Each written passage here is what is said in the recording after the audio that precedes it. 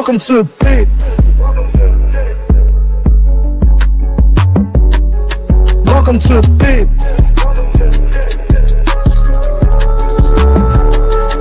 Welcome to the pit. Welcome to the pit.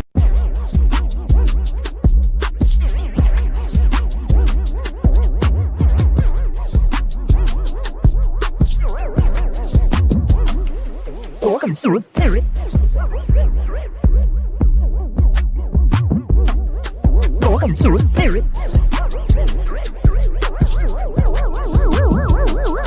Welcome to the pit.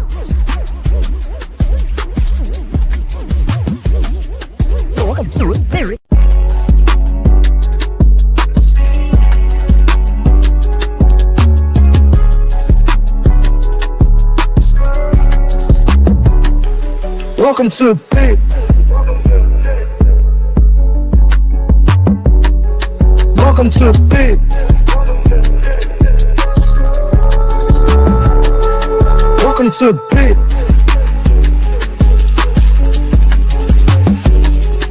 Welcome to the pit. Welcome to the pit.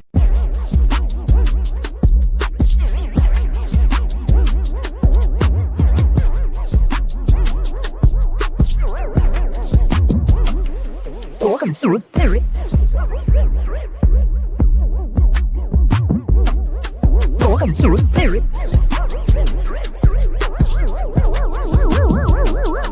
Welcome to the pit. Welcome to the pit.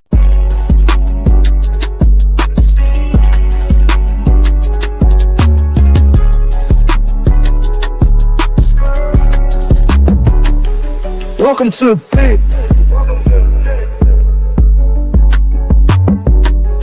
Welcome to the pit.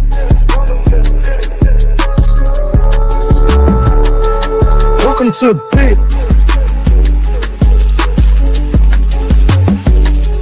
Welcome to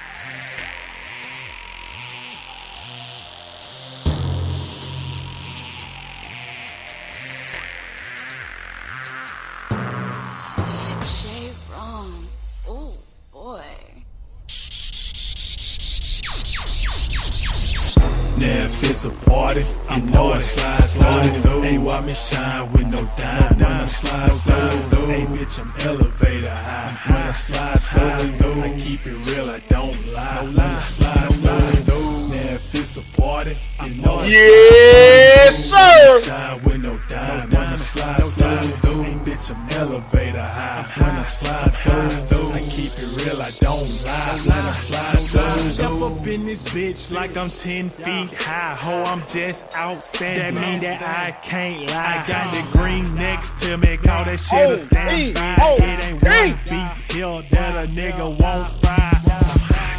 Yeah, I'm raising up the temperature. You looking for some out, but let the heat gon' get up in the yeah. A nigga going hard as fuck. I'm tired of whack shit. I guess it's you if I'm offending ya. Now if it's a party, I know I slide through. Ain't watch me shine with no dime when I slide through. Hey bitch, I'm elevator high when I slide through. I keep it real, I don't lie when I slide through. Now if it's a party, I know I slide through. Watch me shine with no dime when I slide through. Hey bitch, I'm elevator high. When I slide Rex slow, Pitt Thursday. It's Thursday, which means only one thing. I'm about to slide up in it, like sliding in some pussy. I'm still in bases with your bitch, dusting off that pussy. We drunk tonight, so we in the state sliding. It's Thursday night, which means one thing and one thing only. Spot the skylights. It's time for the hottest show on a Thursday night. Load up on some whether anybody knows it or not. She walking too fast. Before you slide up in her, you gotta have a cash.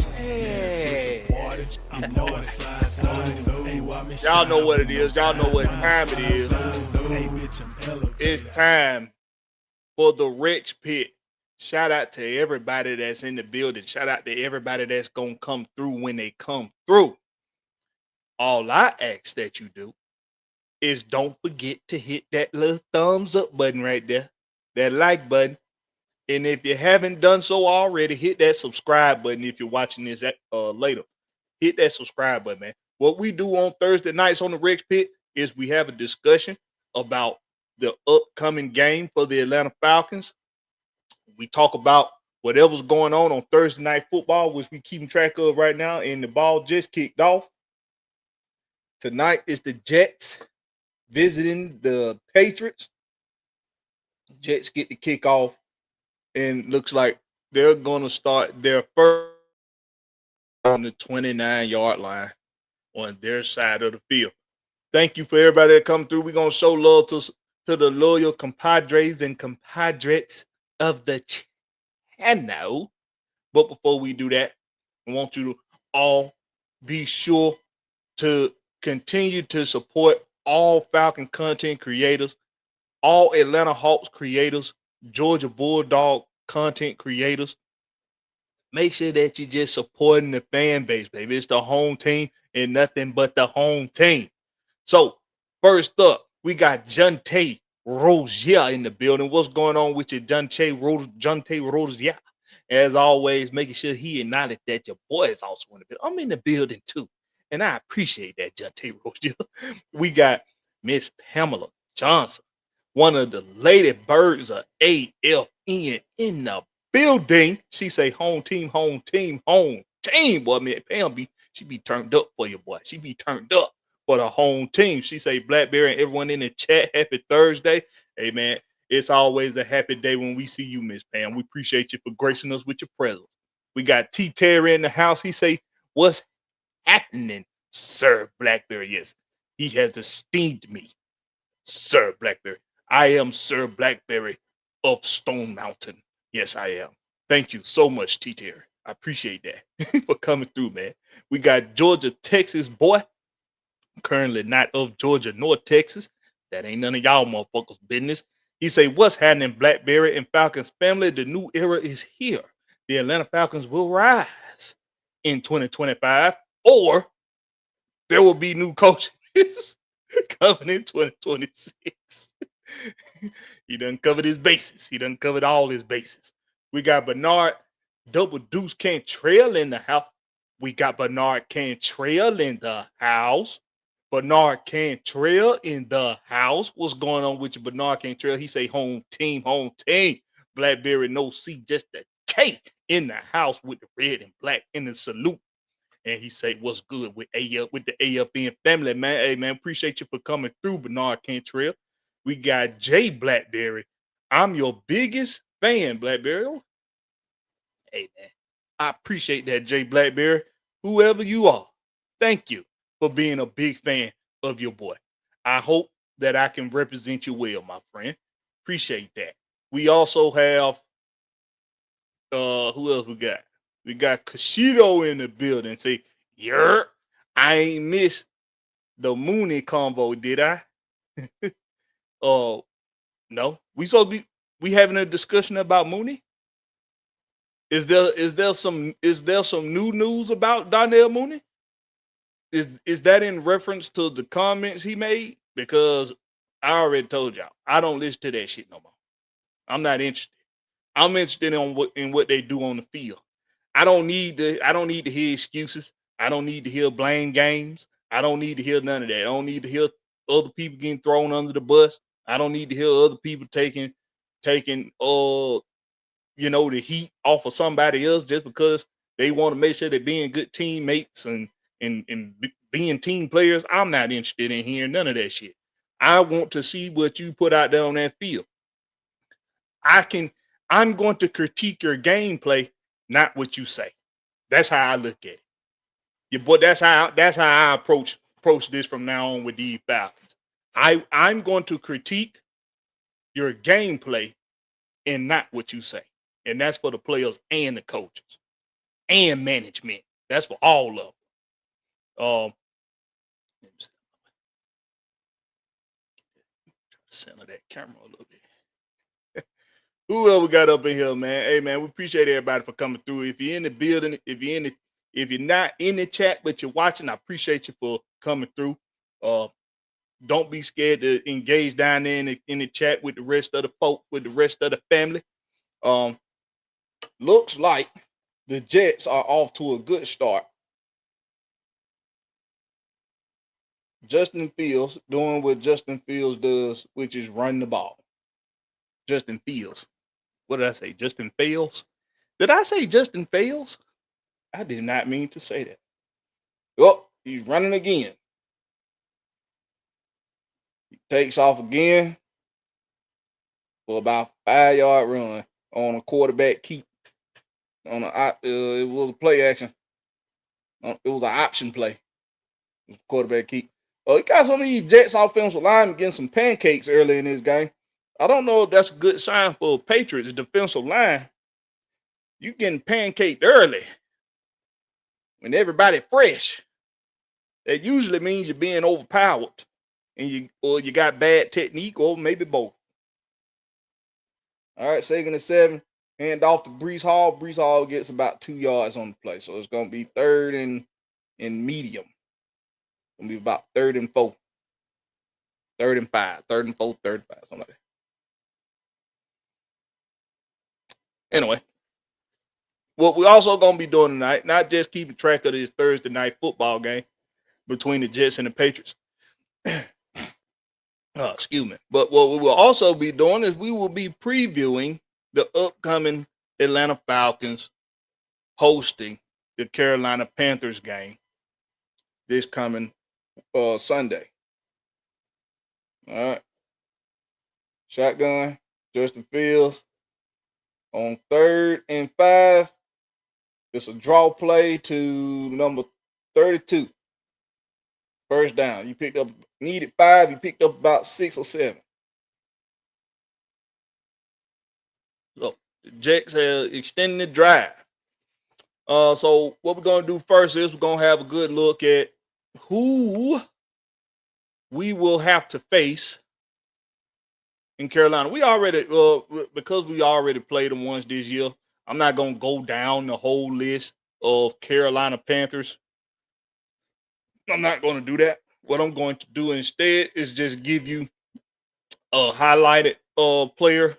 I give you 2 highlighted players on offense, and I give you 2 highlighted players on defense to keep an eye out for. All right.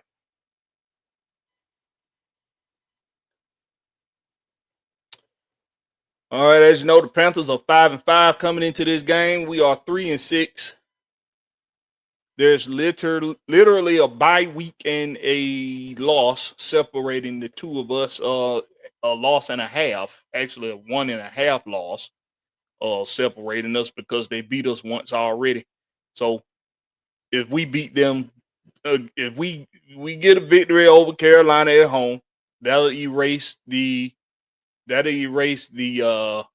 advantage they would have on us in the win-loss columns. And we will gain the advantage. We will gain the upper hand. And they haven't had a bye week yet.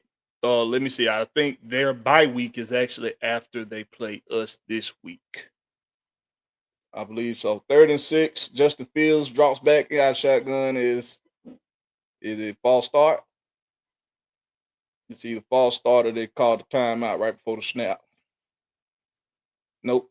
It's the delay of game, I think. Either delay of game. Oh, they got the timeout in. You got the timeout in on time.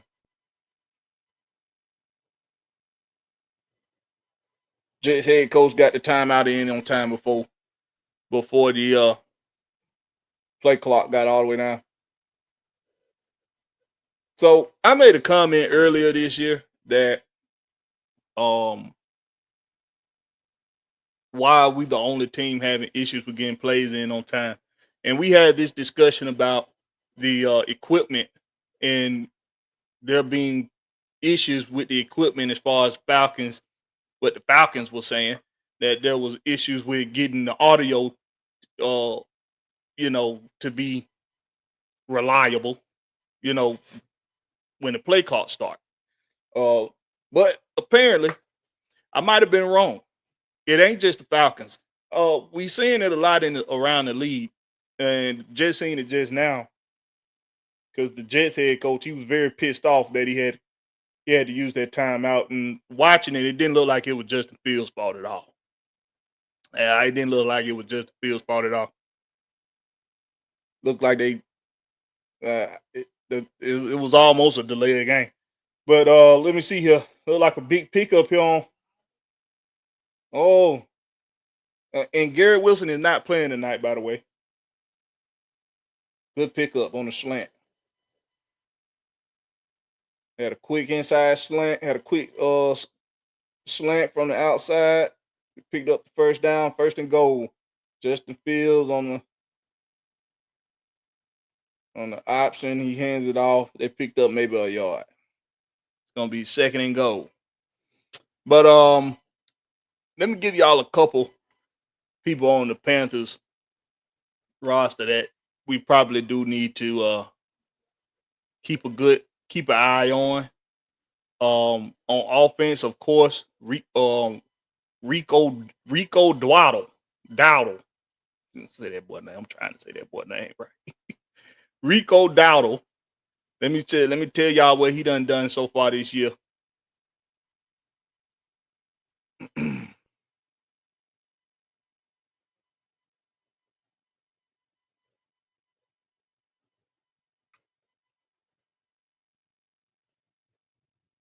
All right.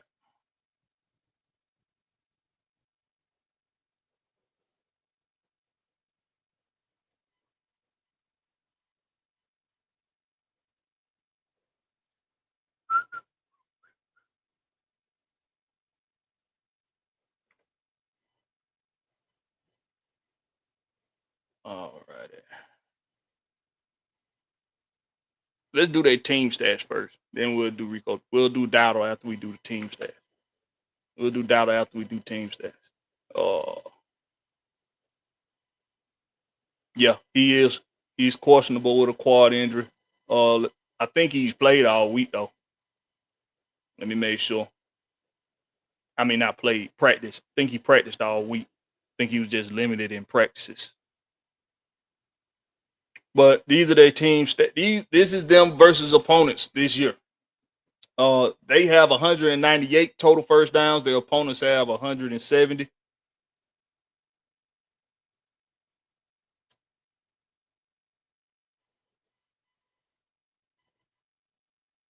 They've converted 74 out of 101. Hold on, wait a minute. How they got that set up like that? I don't even understand that. Let me see. Oh, about penalty. Okay. So they've gotten 74 first downs by rushing the ball. They've gotten 101 by passing the ball. And they've gained 23 first downs due to penalty. Their opponents, 61 by running, 103 by passing, and 6 due to penalties. So the defense has actually done pretty damn good at not giving up first downs due to penalties. So that's they look a little disciplined on defense up to this point going into week 11. It's week 11 and their defense has only done it 6 times where they've given up a first down due to a penalty. So that actually sounds pretty good to me. They've converted 45 out of 121 third downs.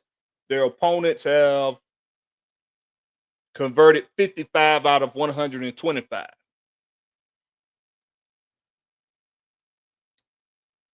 They've converted 15 out of 22 fourth down conversions. Their opponents 11 out of 17. They have a total of 2,971 offensive yards. Their opponents 3,237.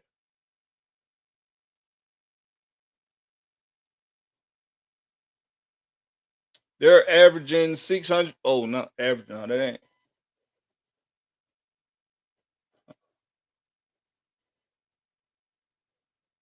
Is that? Oh, okay. Offense plays, average yards. So they've had 637 offensive plays, averaging 4.7 yards a play. Their opponent 600 offensive plays, averaging 5.4 play. They have 1,331 rushing yards. Their opponents have 1,119. So they're out rushing their opponents. They have 292 rushing plays, averaging 4.6 yards a rush. Their opponents 256, averaging 4.4. They only have 1,807 total passing yards. Their opponents 2,231. They've sacked their opponents 22 times. They got 22 sacks on the season. I think that's like 7 sacks less than us. And they have their opponent 16 sacks on the season. Oh, and the Jets scored, by the way, and got the extra point. So it's 7-0. New England has the ball. First play looked like gonna be a pass from Drake May to a receiver, and no gain on the play. Let's look at Rico Dowdle. Let's look up Dowdle. Let's look at Dowdle. See what Dowdle's doing. Rico Dowdle. Dowdle. Two names, but Dowdle.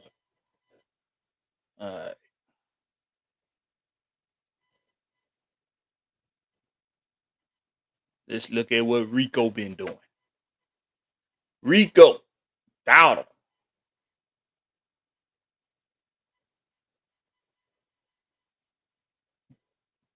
This dude burst on the scene this year, man. He burst on the scene, and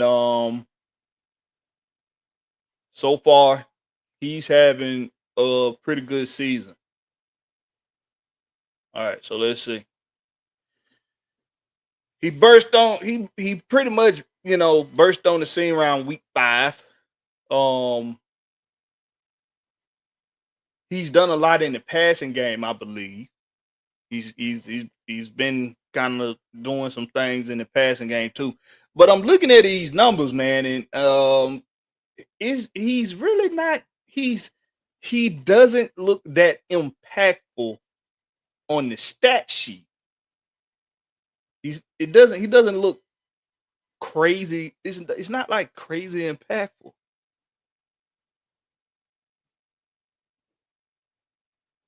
Week 1 against the Jaguars, he had 3 carries for 12 yards, and he had 2 receptions for 4 yards.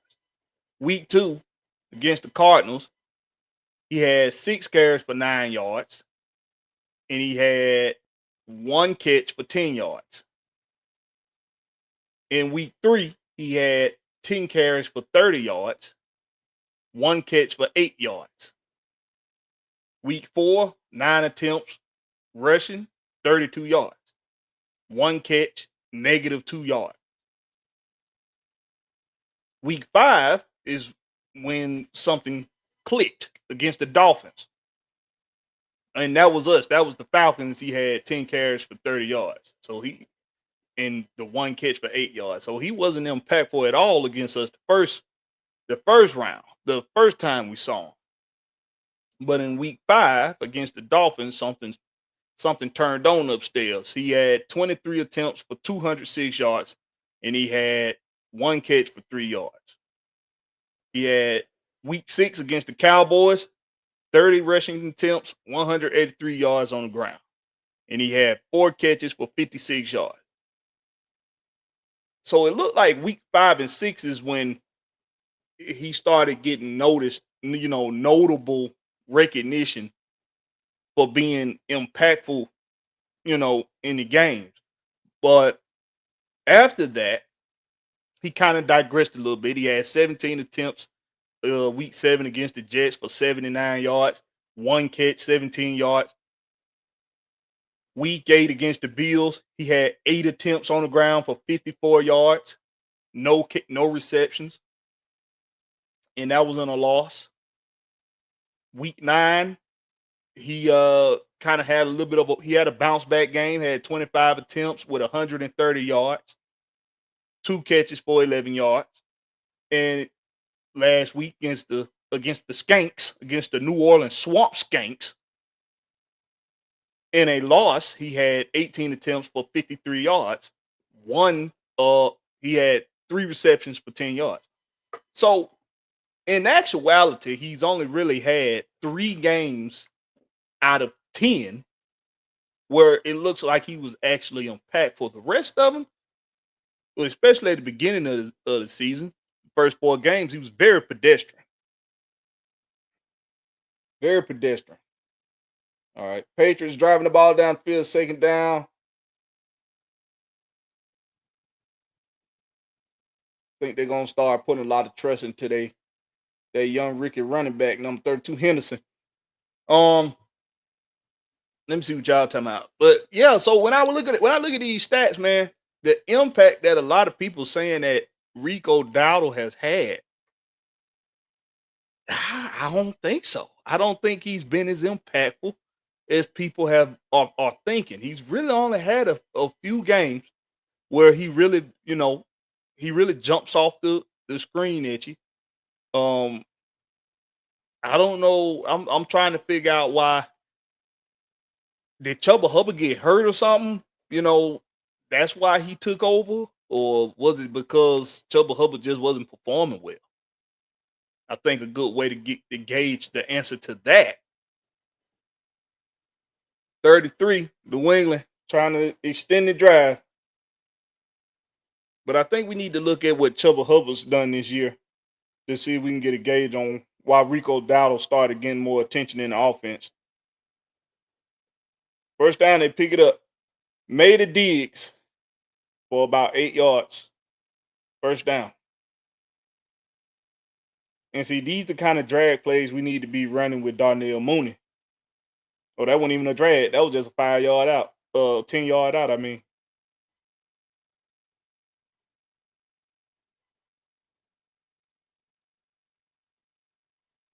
He kept it short. He only went about 7 yards because he didn't need a whole 10. That's a smart receiver and a smart quarterback understanding what they need. On first down, hand the ball to Henderson. He picks up about an 8-yard gain, 7 or 8 yard gain. Holding on to the ball, strong. Guys trying to rip it out of there. He holding on to it. I like this young boy, Henderson. He run tough. He's a tough runner. I'm not too sure about his vision, though. He looked like he's just a straight line guy. And let me see. They said they give it to him now, see if he can do some cutting. Oh, his cut. He ain't. If that was Bijan, or even Tyler right there, they gonna bounce that outside and they gonna get it. They gonna pick up about 20 yards. They gonna get at least a 20-yard gain on that. All that space that was just there on that outside. Yeah. So his vision and his cutting, Henderson isn't all that. He got a lot of room to grow in that area. He's more like a straight line guy. So it looked like he need a offensive line that's gonna be very beneficial to his run style. Let me see what y'all talking about. We got 95 North Falcons Talk Show in the house. What's going on with your 95 North Talk Show? Appreciate you for coming through.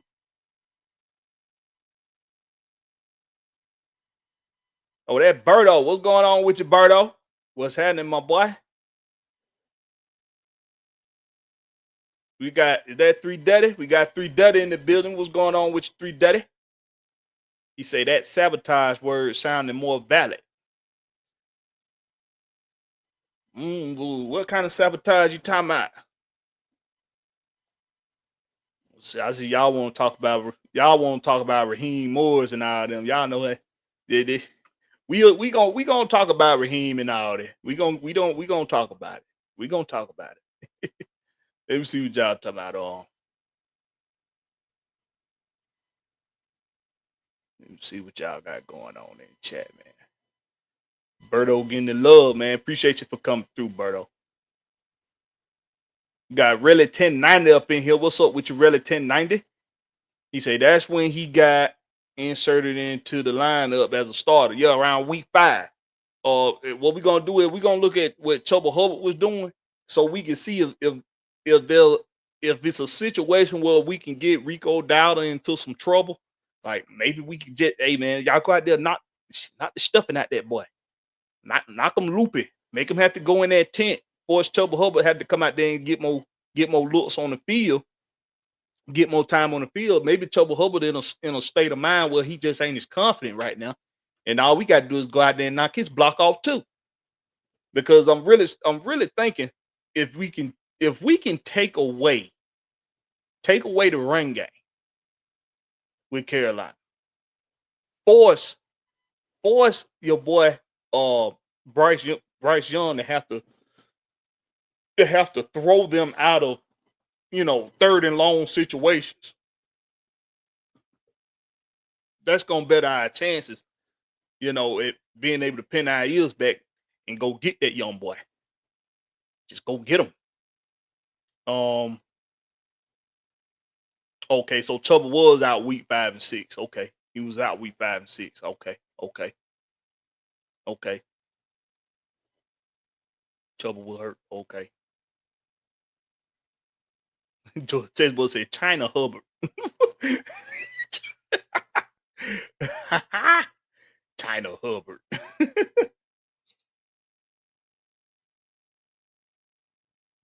Okay, Jay Black. He say Moon and collarbone broke. Think he out for this game? I haven't heard anything about his collarbone breaking. Hold on now. Is that for real? He got a broken collarbone? Oh, let me look at this. 3rd and 1, New England Patriots. Got a split backfield. I split backfield. Under center. Drake May hands it off to Henderson. He spins, picks up first down on about a 4-yard gain. First down. Eagles. I mean, Patriots. My bad, Patriot fans.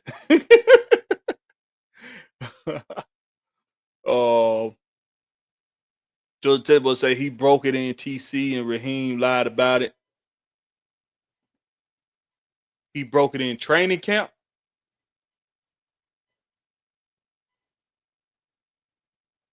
He finally saying something.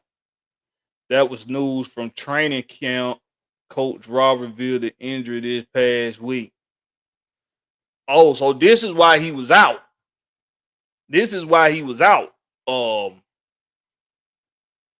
When he was out, those games, when he missed those games.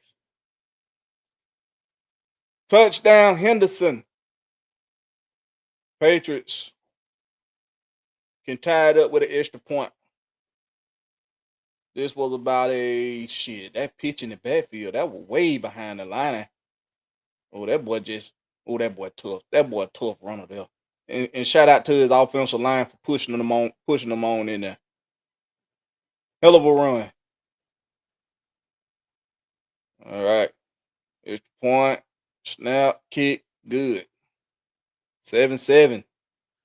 Tie game on Thursday Night Football. But so Jay Blackberry, he said he think Mooney playing with the injury. And so because Raheem is coming out with this now, and listen, y'all, let me tell y'all this. What's up with you, Mucho? He said why he was out and why he been playing poorly. Yeah, when there's something wrong, and this comes from experience. When you got an injury, when you got something that's that keeps you from being able to move how you're accustomed to moving. Nobody can just learn a different way of moving, a different motion, different style of motion just off of a whim. It takes time. It takes, in my opinion, it takes a couple years to have to change up motion. That collarbone, it look at everything that happens around the collarbone area. Neck movement, shoulder movement. You know, this is a highly accessible area when it comes to your movement. Just think about if somebody that got a certain style of the way they walk, and then one day you see they get into an accident or something. Now and you notice that their walk is different. The injury is going to change your motion. So if you're used to doing things in a certain way, it's hard to get to, because now with that collarbone messed up, and I'm pretty sure he got a lot of soreness in it. I got so much static. Hold on, y'all. I got hella static. Oh, that goddamn static.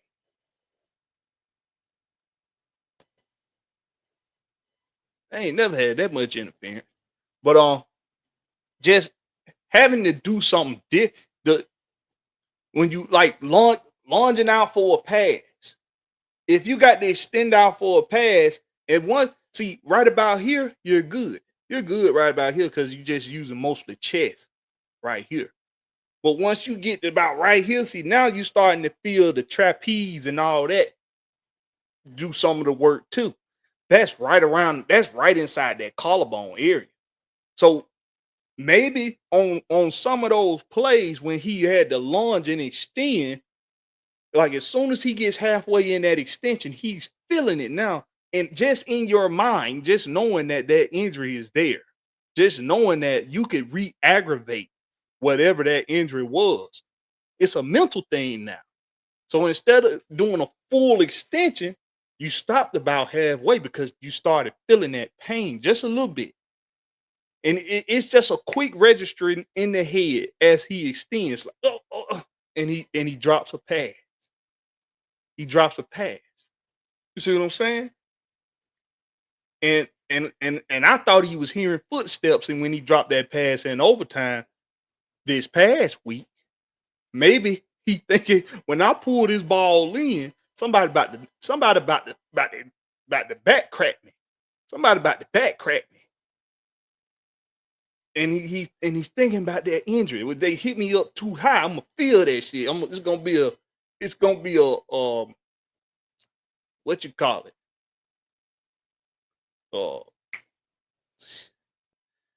Me and these fucking words tonight. It's gonna be a ricochet, thing. Yeah, it probably was both. It's a lot of things got to take a lot of things into account when these guys get injured. You got to take a lot of things into account. I know a lot of people been getting on Mooney bad. Jets got possession 39. So 39 that they probably not going to pick up unless Justin Fields run it. So it's probably about to be fourth down. They're going to be punting. Just saying. But we got to take some things into account. I know a lot of people been getting on Mooney. And when you're an athlete, man, you're a competitor and you want to play. And when you think you can go, if the doctor clear you to go, you're going to go. And having the ability to hold yourself accountable in those situations. And just like I thought, Justin Fields didn't run it. He threw it, and it was short. Punt team coming on field, they're getting ready to punt. Justin Fields and the Jets getting ready to punt. It's going to be New England ball as long as they recover the punt well. Special teams is crazy this year. But these are things you got to take into account with these players, man. It's not easy coming back from an injury, mentally nor physically. And when you have some dysfunction, as it is, you know, in the team, when you got some dysfunction as it is already in the team, you have to you got to kind of give that player some grace, especially if they're not the reason for the dysfunction. If we see them giving it their all, but it's just something holding them back, they dropping passes that they don't typically drop. They body language not what it typically is. It's something going on with them. Something going on with them. 330 say that's why Koo went sour. He couldn't adjust his kicking with that injury. Exactly. It was whatever happened to him, whatever happened to Koo, whatever happened to him, he couldn't adjust his kicking motion well. He couldn't do it.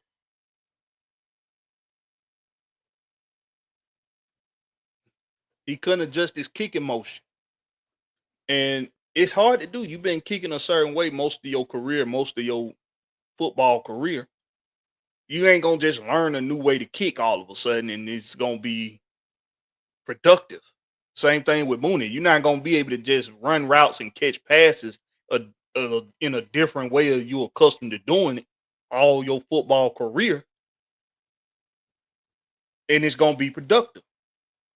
Look at what's going on with Michael Penix right now. His bad footwork is it's reared its ugly head, and he's gone most of his career after his leg injuries with relying on his arm talent. He relied on his arm talent, and it got him into some far places. It got him some far places. It got him as a starting quarterback in the NFL, relying on his arm talent and his wits, right? But now you're in a league now that defenses are designed to move you out of the pocket. In the NFL, these defenses are designed to move you out of the pocket because the idea is that we don't want anybody. I mean, well, first of all, you're in a league now where defenses are being prepared and built to be able to contain quarterbacks that are good at extending plays, because almost everybody now is good at moving on their feet. It's very few quarterbacks now that can't move out of the pocket and deliver precise throws. Almost everybody can do it now. So that's how defenses are being built. So you got a lot. You're gonna have to figure out, if you're Michael Penix, you're gonna have to get that footwork together, because you ain't gonna be able to just rely on your arm talent at this level. You're not gonna be able to just be smart and just have a strong arm. You're gonna have to be able to move your feet. And the, I think the offense that we run ain't gonna do nothing but further handicap the boy until they get him with DJ Williams or somebody, TJ Yates or somebody, get with him on that footwork. And it's crazy that you got to teach a quarterback footwork at the NFL level.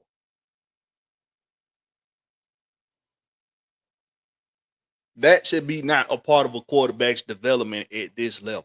Footwork should be down already. It should be down already, well before this level. Let's see what y'all talking about. He say Penix said he has no one to talk to on the sideline, Blakberry. That's not what I heard. I heard him say he doesn't talk to anybody other than quarterback coaches he's had in the past and his fiance or wife, or whichever one she is, his girl. That's what I heard him say. Not that he don't have nobody to talk to. He don't talk to nobody. And when you got to listen carefully to what people say. And if he ain't got nobody that he can talk to, that people that he worked with every single day. He got people he got to work with every single day. And he ain't talking to nobody about what he got going on the field. I'm gonna keep this real with y'all. Some people think head coaches and position coaches, they supposed to be therapists to these players. They're not. That is not how this game works. No coach is signing up to be a therapist to these players. But what you are doing is you're signing up to bring the best out of your players. So when you see they going through something, you got to do what's necessary to get them out of it. Ain't nobody saying you got to be their therapist, but have somebody be able to recognize when your players are mentally not there and have solutions to get them out of whatever rut mentally that they're in. That's your job as a coach. I don't think as a coach that is your job to be their therapist, but you got to have something in place, have somebody in place to be able to talk to these guys when you see that they're going through something.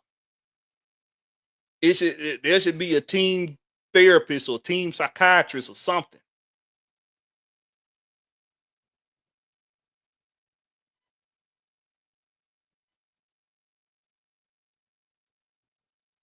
Big pickup on second down. New England is moving the ball down the field. It's just a matter of time for New England pull away in this game on the Jets. It's just a matter of time. They forcing Justin Fields to have to throw the ball, and that's a recipe for success. That's a recipe for success. But that's what I think, man. That's when it comes to whatever Michael Penny's going through. That's what I think. That's what I think, bro. Him not going to anybody to talk to is on him.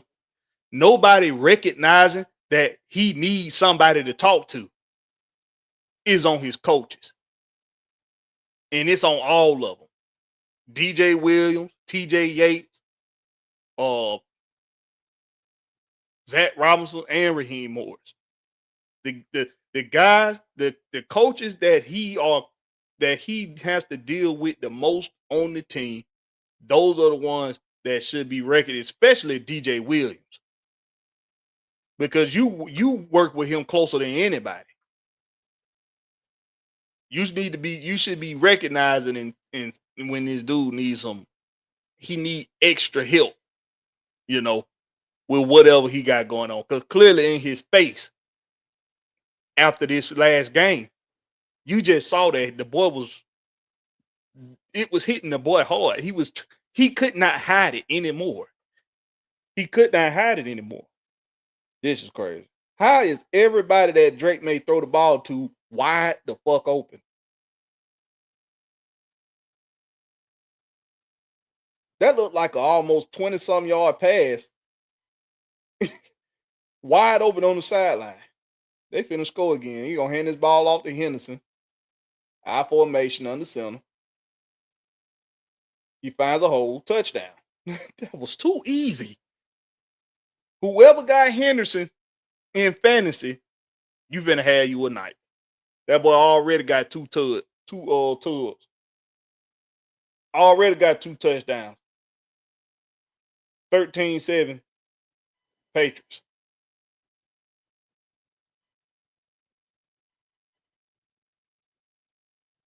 That boy balling.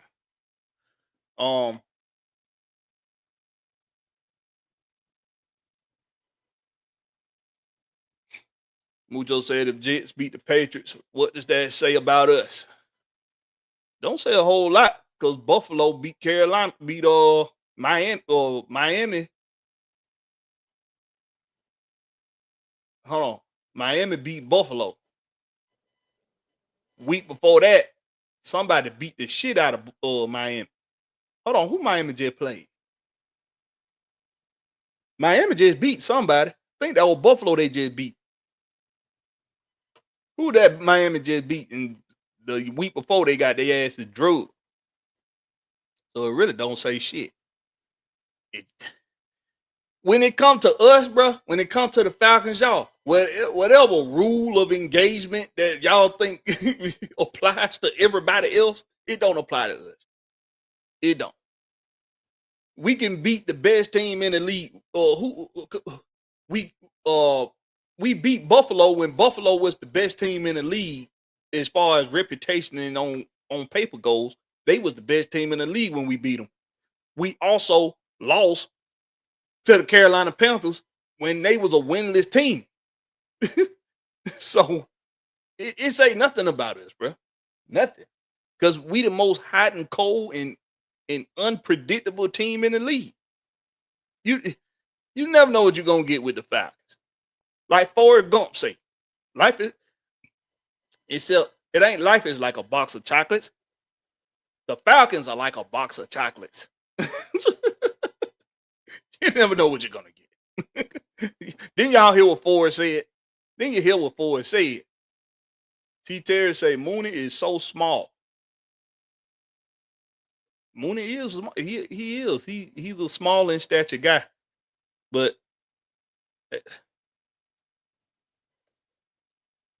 man, I yeah, you right, T. Terry. He is small. But he should be able to handle whatever go on out there on that field. He should be able to handle it. Put it that way.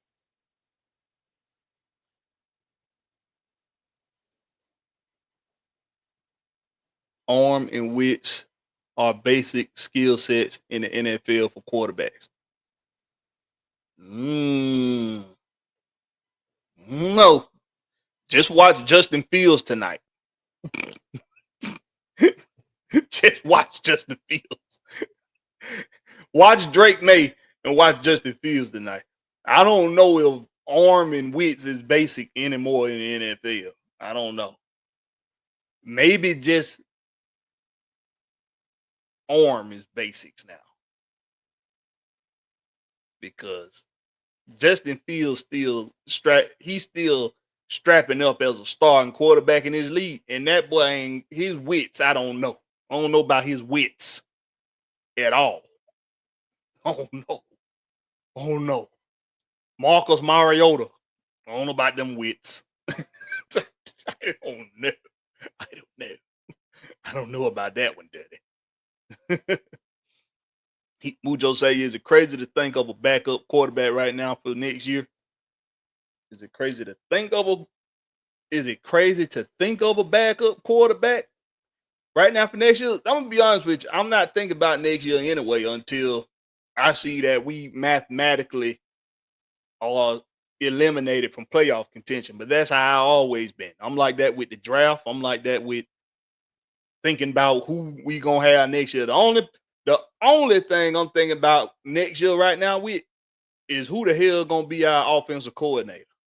Because regardless of what happens to Raheem Morris, Zach Robinson for sure need to be gone. Without a shadow of a doubt, he need to be out of here. Without question. He should be it should be written in the stars for him to be out of here, no matter what happened to Raheem.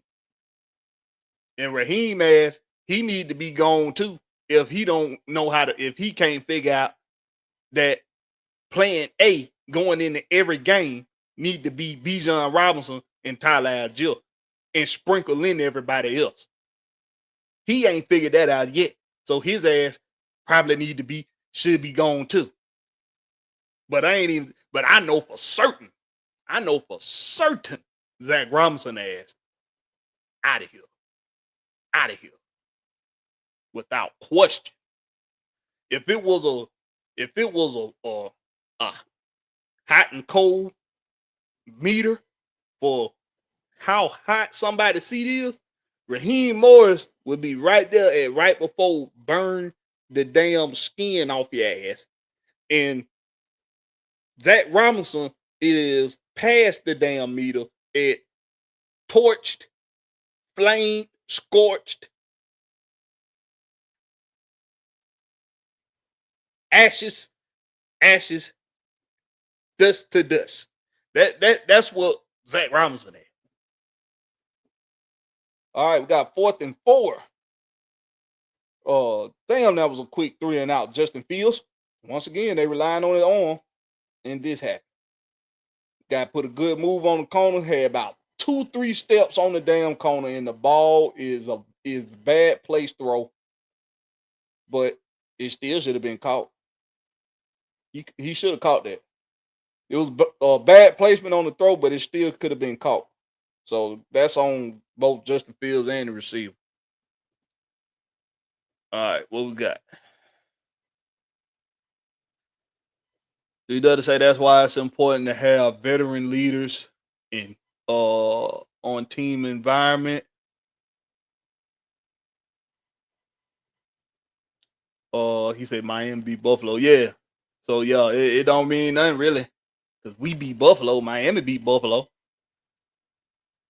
But the week before that, Miami got their ass drugged.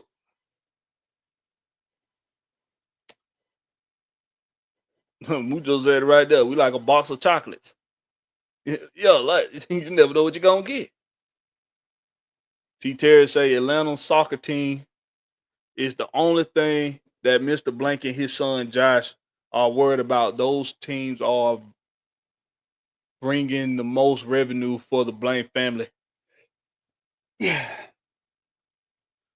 Listen, man. Football is this country's sport. It used to be baseball. Now it's football.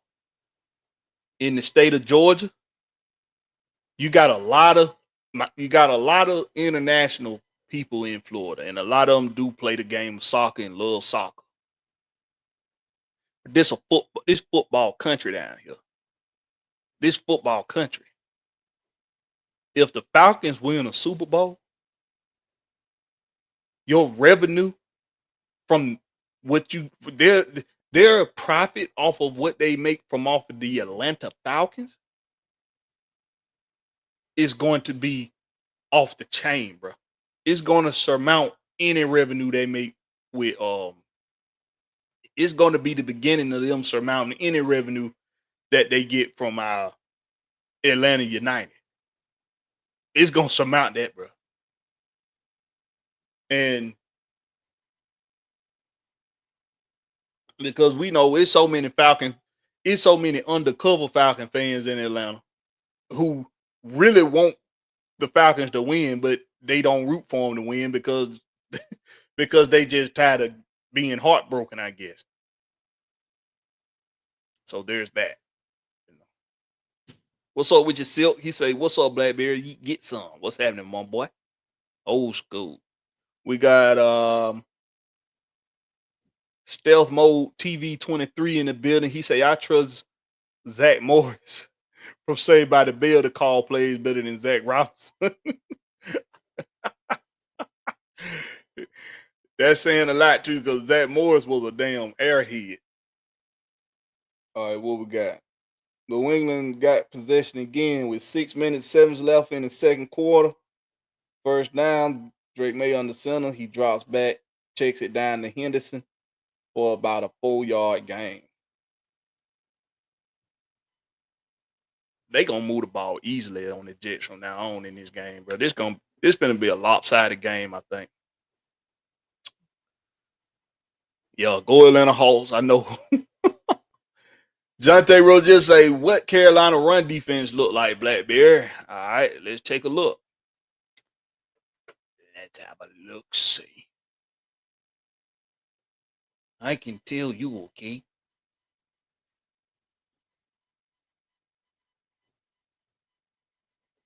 I'm just a soul. Things are good. Oh Lord, please don't let me be misunderstood.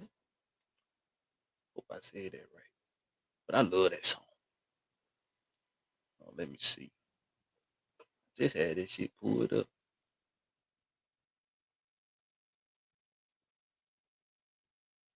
You say what they run defense look like? Yeah, they giving up they done gave up 1,119 yards. They giving up 4.4 yards a carry. They giving up 4.4 yards a carry. Yeah, I went over that earlier.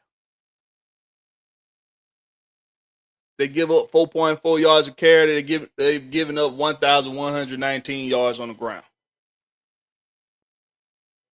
So you can put together a good run scheme with them. You can. Three Dudley said basic skill set doesn't mean they all have them. It's just as low as a serviceable quarterback should start. Yeah. I don't know, man. When you got these quarterbacks, a lot of these quarterbacks coming in running these basically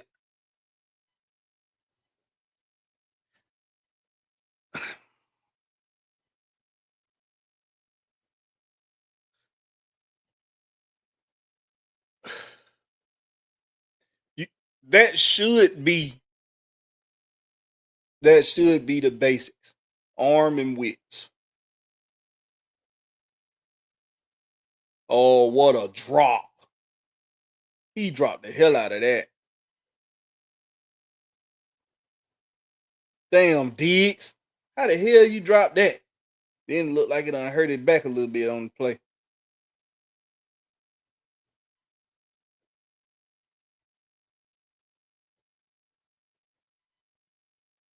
What was the flag? Damn, I don't need Diggs getting hurt. He on my fence.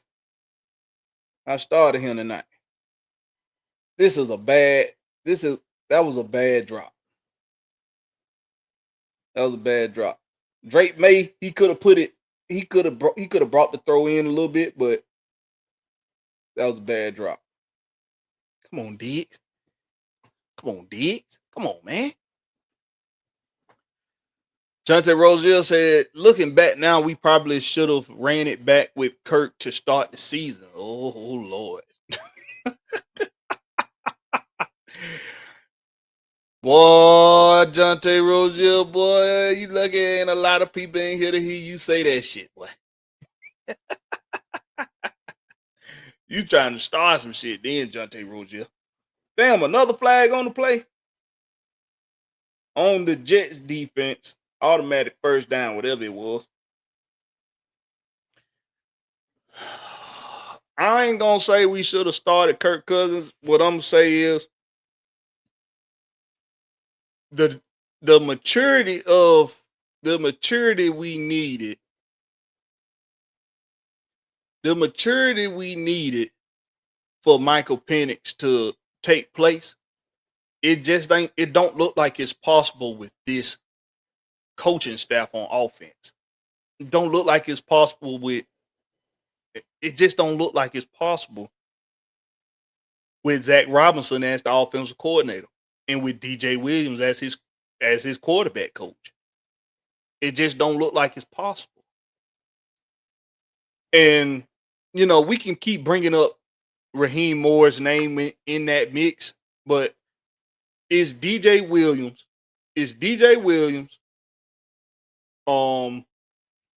Zach Robinson, and TJ Yates' job to make sure that anything that needs to happen with Michael Penix needs to happen from them first. Raheem Morris is supposed to step in, recognize when something needs to be done, and make sure it gets done. He ain't doing that. That's what he dropping the ball at. Raheem Morris is allowing for mistakes to continue further and to get worse week after week. That's his skin in the game. Because either he sees it and is not doing anything about it, or he don't see it and he's incompetent on being able to recognize it, or he don't see it, or he sees it. Or he sees it and does not know how to rectify it. All things that are fireable offenses. All things that are fireable offenses. But we got to hold the other people accountable that's supposed to be there first. TJ Yates is supposed to be there first. Well, I ain't gonna say he's supposed to be there first, but DJ Williams is supposed to be there first when it comes to quarterbacks and his quarterback having something that he needs to work on or something that he needs to get better at. He need to be there first. And then is Zach Robinson. Then is TJ Yates. Then it's Raheem Morris. Even though Raheem Morris need to be the one that's stepping in and saying, hey, y'all do something about this. What he got going on. Do something about this. He looked like he having he having some mental instability. Get with management and say, hey, I want Michael Penix to talk to somebody this week. See what's going on in his head. See what's going on with his mental. Talk to somebody and figure out some techniques to use with getting him more acclimated with getting himself centered and getting himself mentally together before games and during games.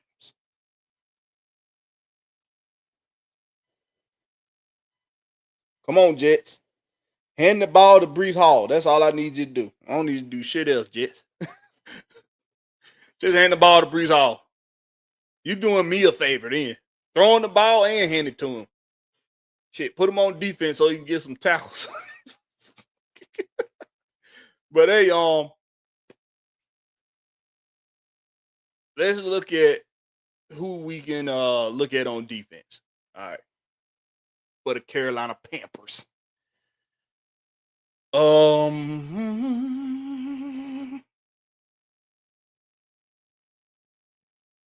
right. Derek Brown. We are very familiar with Mr. Brown. I'm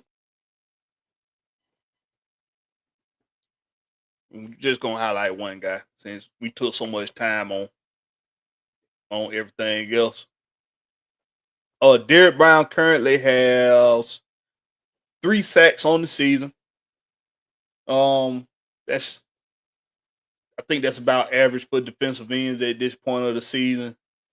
I think the average is about 3 or 4 or 3 to 5 sacks. At this point of the season. He let me see, Derek Brown. Yeah. Not getting a ton of tackles a game.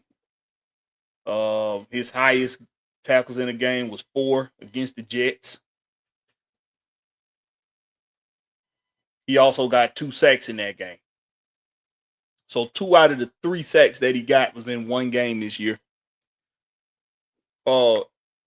Going into this season, we thought Derek Brown was probably going to be their biggest contributor on their defense as far as the impact that he should provide.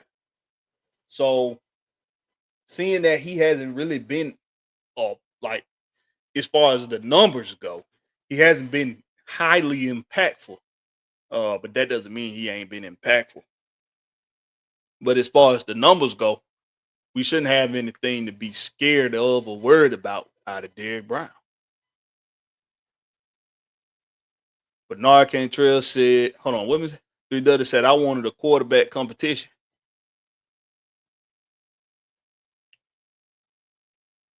Run it back with Kirk Cousins. Huh? What did he do for a run back? Kirk Cousins trash. Mucho say, who you playing this week, Bear? I'm playing Knight Rider. I got Knight Rider this week. Yeah, I got Knight Rider this week.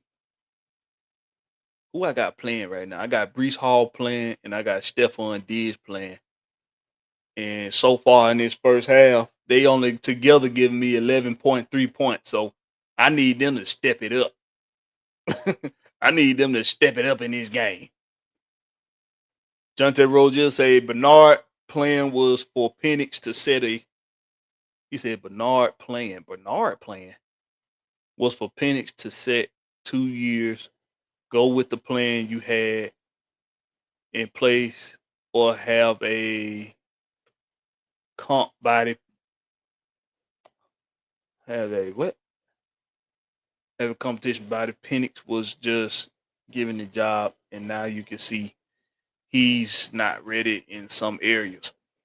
And you know what? That's hindsight, right?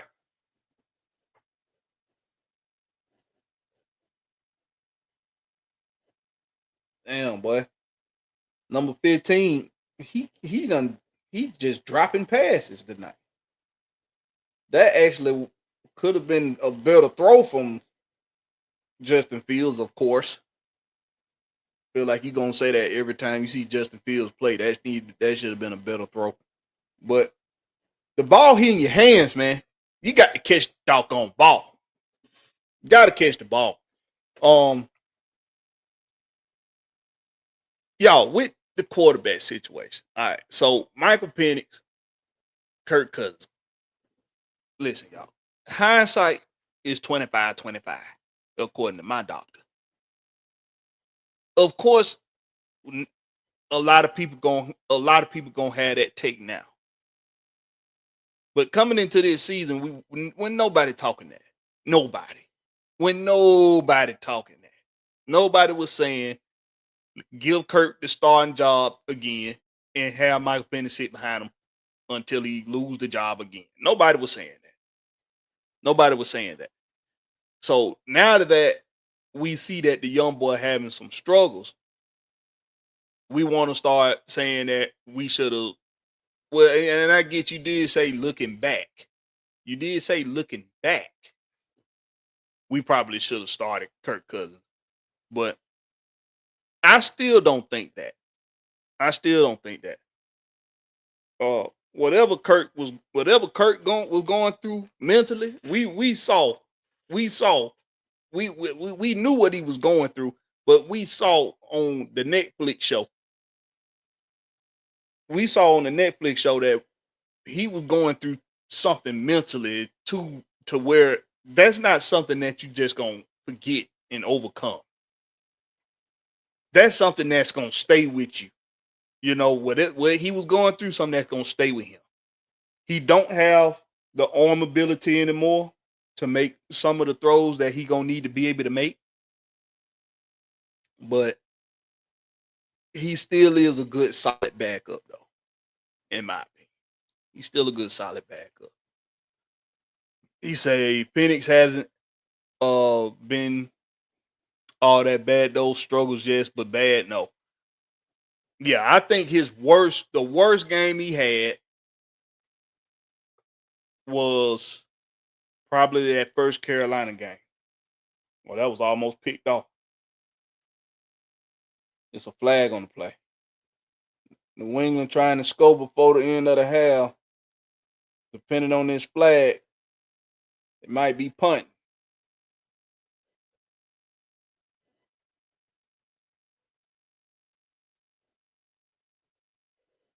Holding offense. They might decline this, and it's going to be a punt. Oh, was that third down? I think that was third down. Oh, yeah. That's how we get held all game long and don't no ref call it. Oh, that was first down. All right, so it's 2nd and 14. Drake May drops back, steps up in the pocket, checks it down to Henderson. Henderson picks up some about 5 tough yards. It's going to be 3rd and about 9. Clock is ticking. New England not taking a timeout. Do they not have any timeouts? It's 3rd and 6 with 48 seconds on the clock. 3rd and 6 with 44 seconds on the clock. Ball still hasn't snapped. Under 40 seconds on the clock. Ball hasn't snapped. 35 seconds. And he's going to get sacked on a cornerback blitz. That a nope. That's not a cornerback. That's a linebacker. But he gets sacked. What's the flag? It's a flag on the play. Oh, it's on the Jets. It's going to be an automatic first down. Illegal use of the hands on defense. Automatic first down. New England's ball. Do they not have any timeouts? This clock ticked all the way down to 27 seconds. That last play ended with like a minute and 1 second on the clock. And it's 27 seconds now. Did they not have any timeouts? Drake May throws it deep to 18. That's going to be pass interference. No flag. He pushed him. He pushed the receiver, though. Did they not? How they going to not call it? Hold on, wait a minute.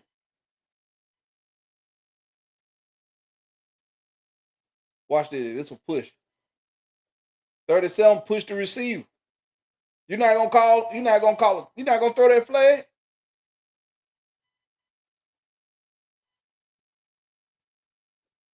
What they try? It was underthrown, but hey, it was underthrown. Let me see what y'all talking about.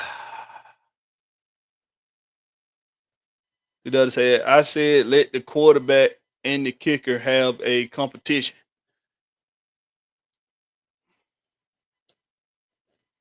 In actuality, both quarterbacks are throwing the ball. So they might have been saying that Michael Penix was their guy. But if they honestly felt like Kirk Cousins was having a better camp and a better preseason, they probably would have started Kirk Cousins if he was looking like the Kirk Cousins of old. And Michael Penix wasn't looking like how he looked those first 4 games of last year. So who knows? King Trevor say, "We're good, Blakberry. What's up with you, my boy?" We'll just say, what starting quarterbacks right now are worse than Penix? Oh shit, Justin Fields. Justin Fields. He playing tonight. I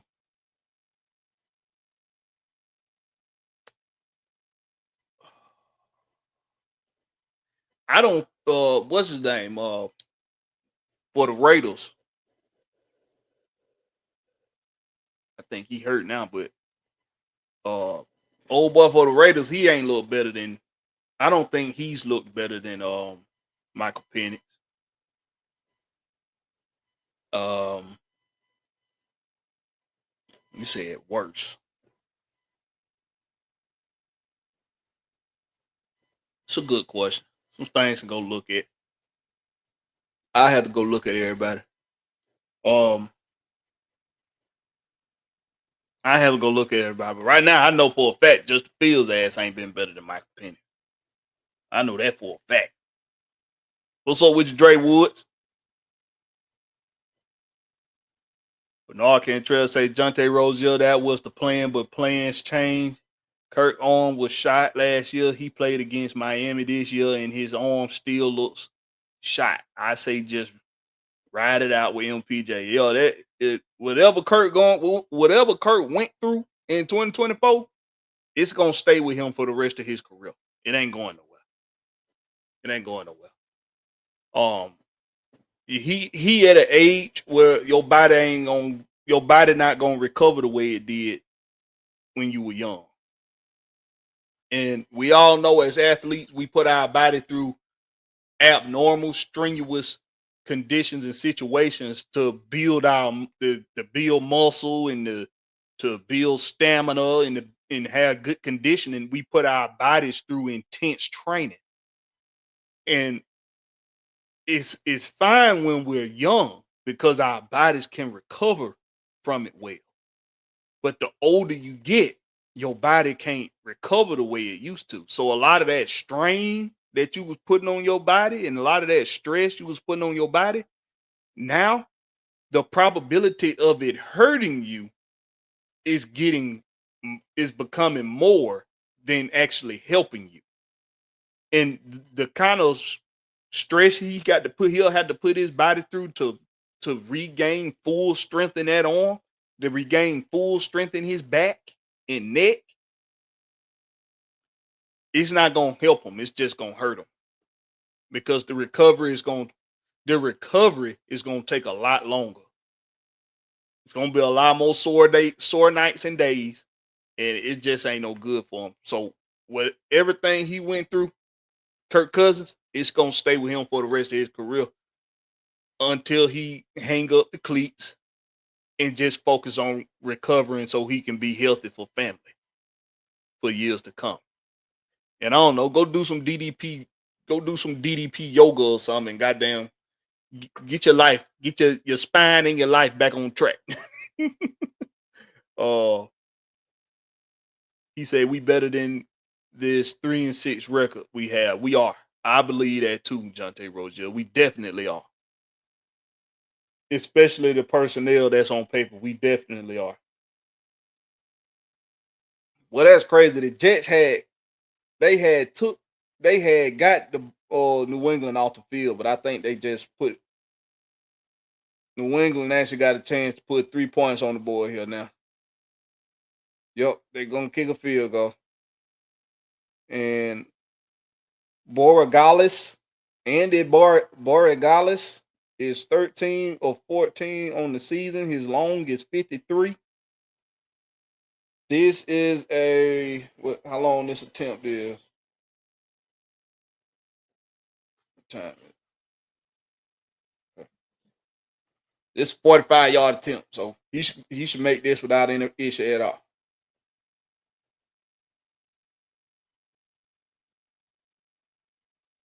It's crazy. Why they didn't use a timeout when I don't get it. That's some shit Raheem Morris' ass would have did, bro. That's some shit his ass would have did.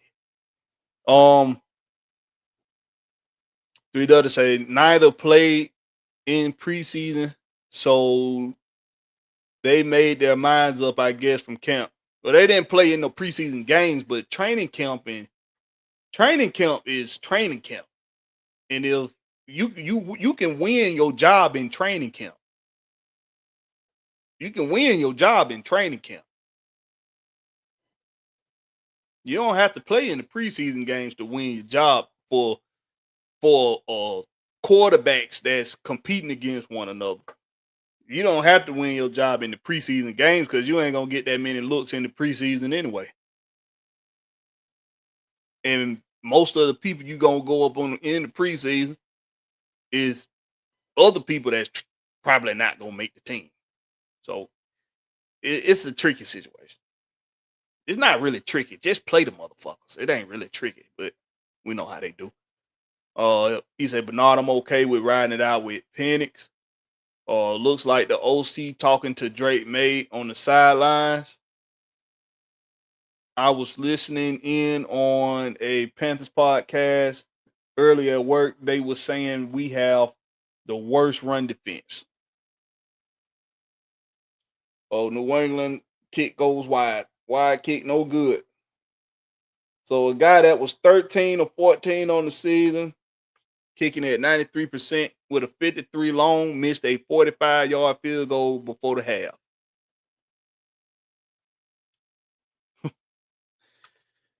Man, these kickers, boy. Y'all kickers, boy. Y'all really having a hard time. Y'all really having a hard time keeping y'all jobs these days, even though he's 13 or 15, so he all right. He gonna be all right, but goodness gracious. You got one goddamn job. Kick a goddamn. If we say, and I feel foolish for saying it because I don't like when other people say it. But when they say all you got is one job, and that's to kick the damn ball. Field goals are not easy, bro. I kick field goal for a little bit, and they not easy, man. It's not easy kicking a goddamn field goals. you got to learn precision. You got to learn how to put the right amount of touch on the kick. It's not easy. It's not easy. So I don't like when people say that.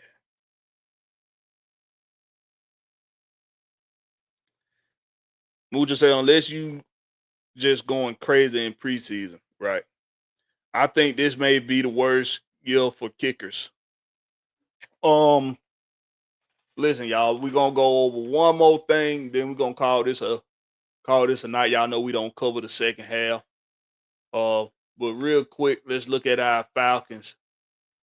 Let's just do a little quick recap of the Birds.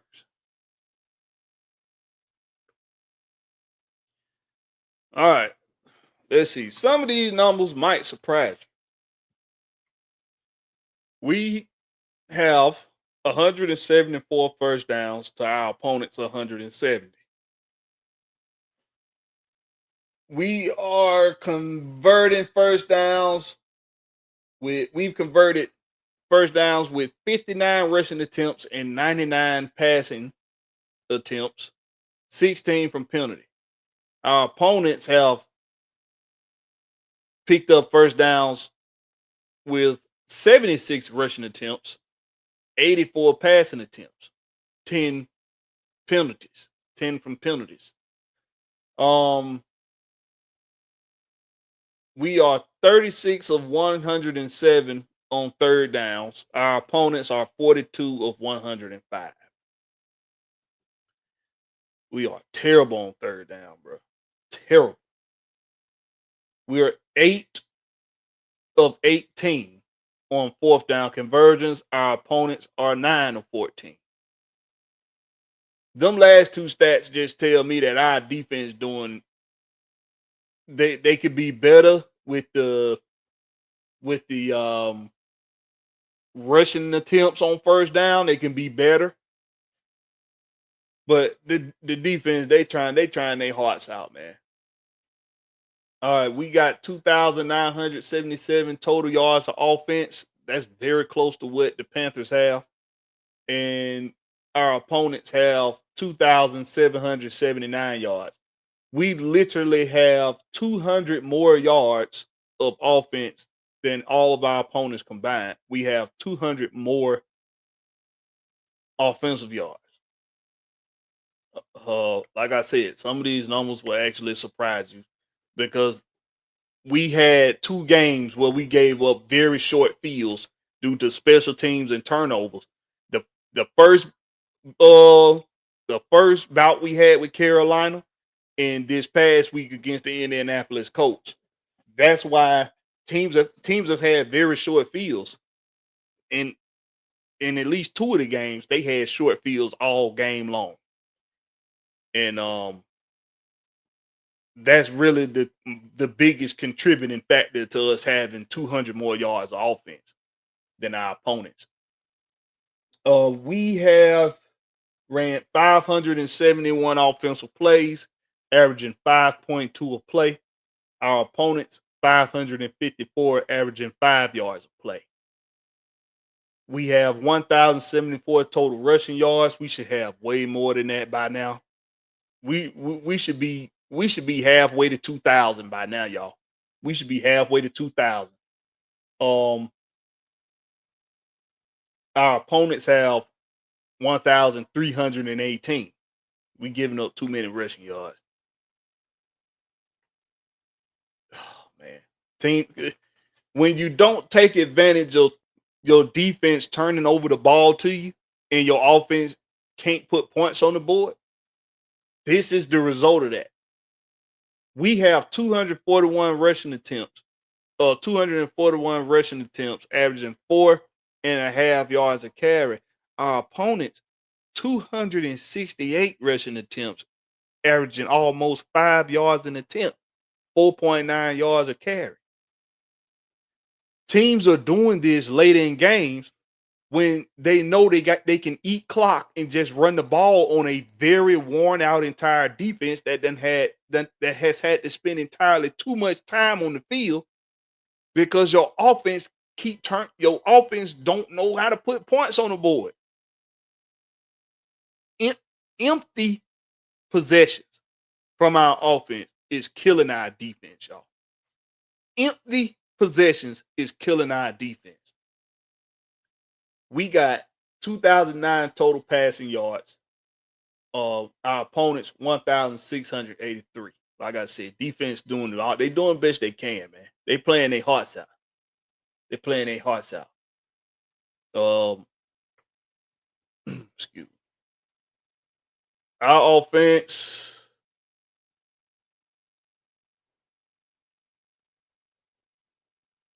Our offense has only been sacked 14 times. We've sacked the other team's offense 29 times. We're not giving up a lot of sacks this year, y'all. Just like last year, we didn't give up a lot of sacks. We're not giving up a lot of sacks. 14 of 18 on field goals. Opponent 17 of 19.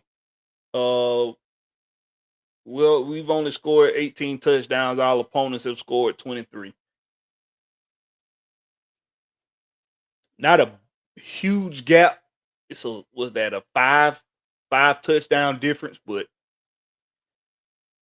oh boy. Anyway,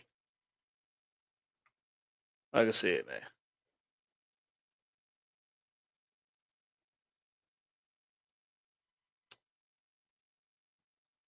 Like I said.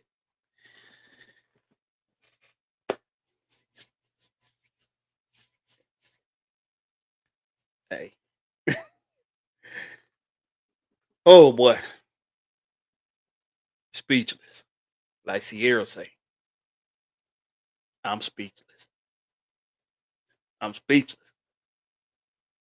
Hey man. Y'all make sure y'all tune in tomorrow for Friday Night Live. I might be on the block doing that show. Not sure yet. But if I'm at the crib, that's even better because I get to sit down comfortably and have access to everything I need to have access to so we can help you all and myself figure out who the best Georgia Bulldog football player of all time is up to this point of the program's history. We doing football first, but I'm going to do basketball too. We going to do the best basketball player to ever come out of Georgia. We going to do that after we do football. But right now we're doing football. And tomorrow we're doing linebackers and defensive linemen. So make sure you're there. Make sure you're here tonight tomorrow night for Friday Night Live. So you can be a part of casting your vote for who wins these position groups. Last week, Champ Bailey won the cornerbacks group, and Bakari Rambo won the safety group. Bakari Rambo won the safety group.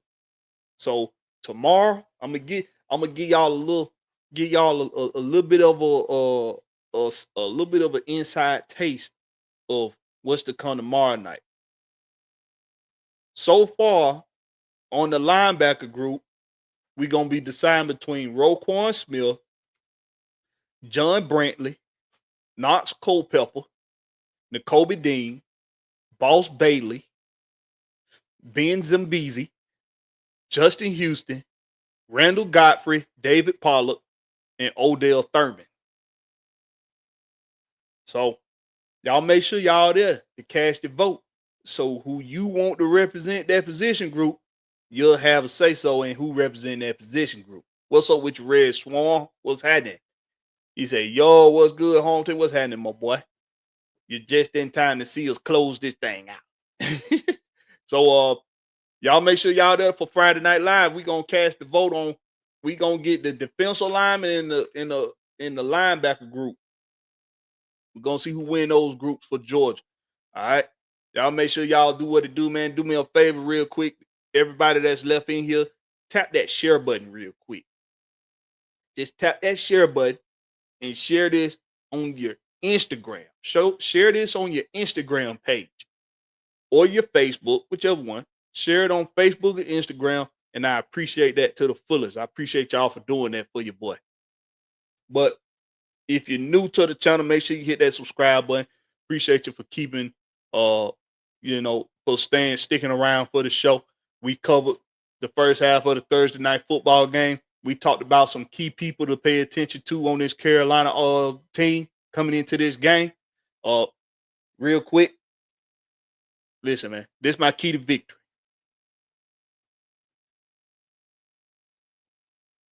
I'm gonna give you two of them. The one that I always do, no matter what, win the turnover battle. Do not turn this ball over. When you turn the ball over, you lose. In our case, we turn the ball over on defense and we still lose. So that don't apply for the defense. But offensively, don't turn the ball over because we will lose. Do not turn the ball over. Win the turnover battle. That's one. Second key to victory. Bijan Robinson and Tyler Algier need to be plan A going into this game and every game after it. Tyler Algier, Bijan Robinson. Kill them with them two in the run game and the passing game. Give Drake London his opportunities. Use Kyle Pitts on some check downs and on third downs. And use Darnell Mooney when you want to take some deep shots. If he's going to play, you still got to play him how you would play him if he was 100% healthy. You have to. You have to. It's time to stop this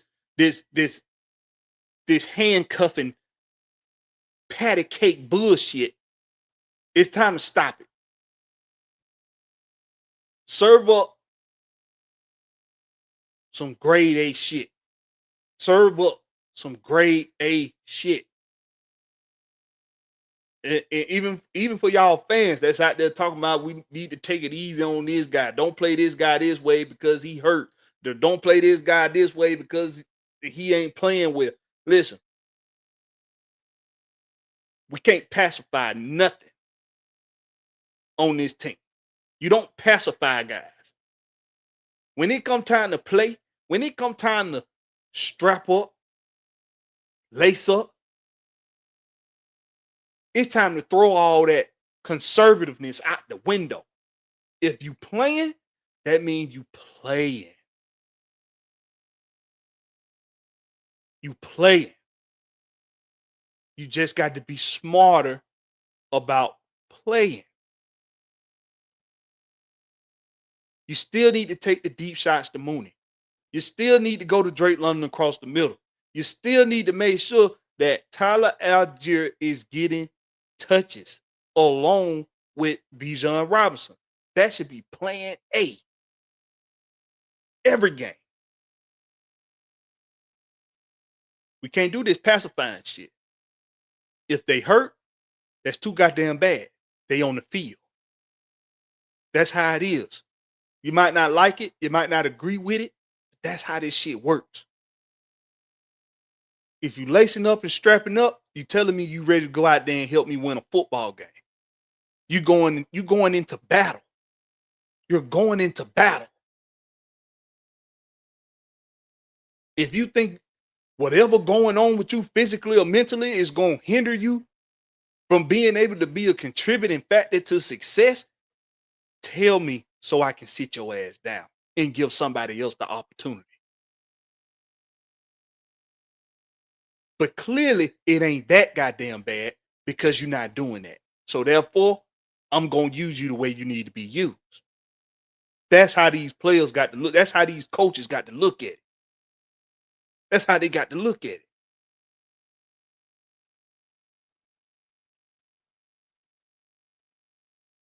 Now, you good, Red Swan? Good.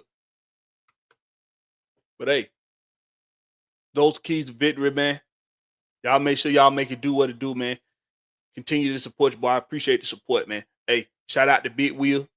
Shout out to AFN. Shout out to all the Falcon content creators out there, the Hawks content creators.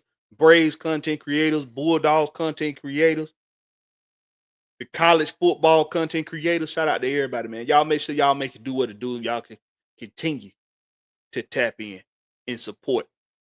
Catch us on the flip side. Peace. And I'm at E.